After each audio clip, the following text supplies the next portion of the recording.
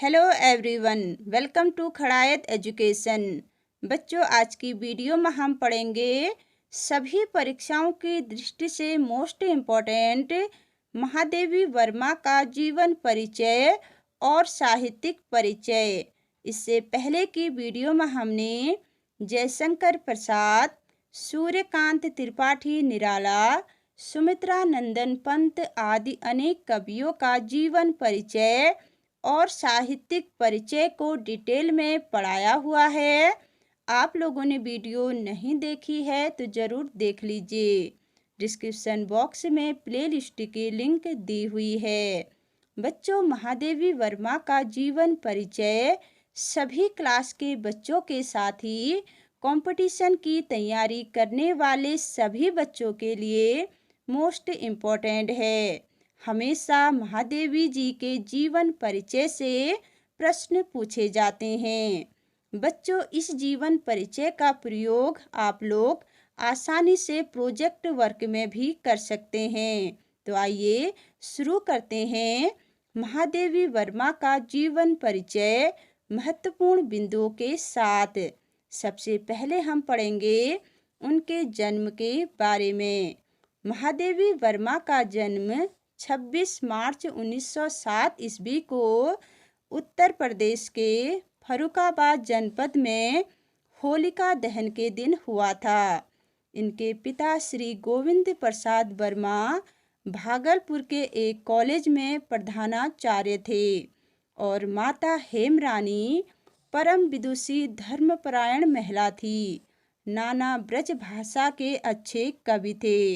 बच्चों, जन्म से संबंधित मुख्य बिंदुओं को याद करना है और उन्हें स्पष्ट भी लिखना है। जैसे महादेवी वर्मा का जन्म कब और कहाँ हुआ, उनके माता पिता का नाम, हो सके तो थोड़ा सा उनके व्यवसाय और परिवार के बारे में भी लिख दीजिए। बच्चों, अब चलते हैं उनकी शिक्षा दीक्षा की ओर। महादेवी वर्मा की प्रारंभिक शिक्षा इंदौर मिशन स्कूल में हुई और उच्च शिक्षा प्रयाग विश्वविद्यालय से हुई। संस्कृत विषय से एमए करने के बाद उन्होंने प्रयाग महिला विद्यापीठ में प्रधानाचार्य के पद पर कार्य किया। बाद में वहीं पर उन्होंने कुलपति के पद को भी सुशोभित किया। बच्चों, शिक्षा के बारे में इतना ही लिखना है आपको। उनकी प्रारंभिक शिक्षा कहाँ से हुई और उच्च शिक्षा कहाँ से हुई। यदि उन्होंने शिक्षा के क्षेत्र में कोई उल्लेखनीय कार्य किया है तो उसे भी लिख लीजिए। बच्चों, अब चलते हैं उनके वैवाहिक जीवन के बारे में। महादेवी वर्मा का विवाह 9 वर्ष की अल्पायु में नवाबगंज कस्बे के निवासी श्री स्वरूप नारायण वर्मा के साथ हुआ था। कारण कुछ भी रहा हो, लेकिन इनका वैवाहिक जीवन सफल नहीं हुआ। उन्होंने अपना पूरा जीवन एक अविवाहित की तरह व्यतीत किया। बच्चों, इनका वैवाहिक जीवन तो सफल नहीं हुआ, लेकिन साहित्यिक जीवन अत्यधिक सफल रहा। बच्चों, अब जानते हैं इनकी मृत्यु के बारे में। निरंतर देश की सेवा करते हुए 11 सितंबर 1987 को इलाहाबाद में इनकी मृत्यु हो गई।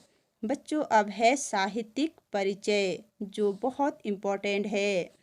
हिंदी साहित्य के क्षेत्र में महादेवी वर्मा को आधुनिक युग की मीरा के नाम से जाना जाता है।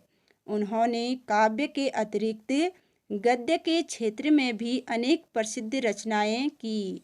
इनके काव्य में मुख्य रूप से वेदना की प्रधानता है, इसलिए इन्हें करुणा और भावना की देवी भी कहा जाता है। इन्हें छायावाद के 4 प्रमुख स्तंभों में से एक माना जाता है। इलाहाबाद से इन्होंने चाँद पत्रिका का संपादन किया। इनकी प्रसिद्ध रचनाओं के लिए इन्हें अनेक पुरस्कार दिए गए। काव्य संकलन यामा के लिए 1982 में ज्ञानपीठ पुरस्कार, नीरजा के लिए 1934 में शेक्सपियर पुरस्कार, स्मृति की रेखाओं के लिए द्विवेदी पदक तथा जीवन भर की अनमोल साहित्यिक सेवाओं के लिए भारत सरकार द्वारा 1956 में पद्म भूषण पुरस्कार भी दिया गया। बच्चों, एग्जाम में पूछा जाता है कि आधुनिक युग की मीरा किसे कहा जाता है। ऐसे ही पूछा जाता है कि चाँद पत्रिका का संपादन किसने किया। बार बार रिपीट होने वाला क्वेश्चन है ज्ञानपीठ पुरस्कार। पूछा जाता है कि महादेवी वर्मा को उनकी किस रचना के लिए ज्ञानपीठ पुरस्कार दिया। कभी कभी सन भी पूछ लिया जाता है। तो बच्चों, इसे अच्छे से याद कर लीजिए। अब चलते हैं उनकी रचनाओं की ओर। महादेवी वर्मा बहुमुखी प्रतिभा की धनी कवयित्री है।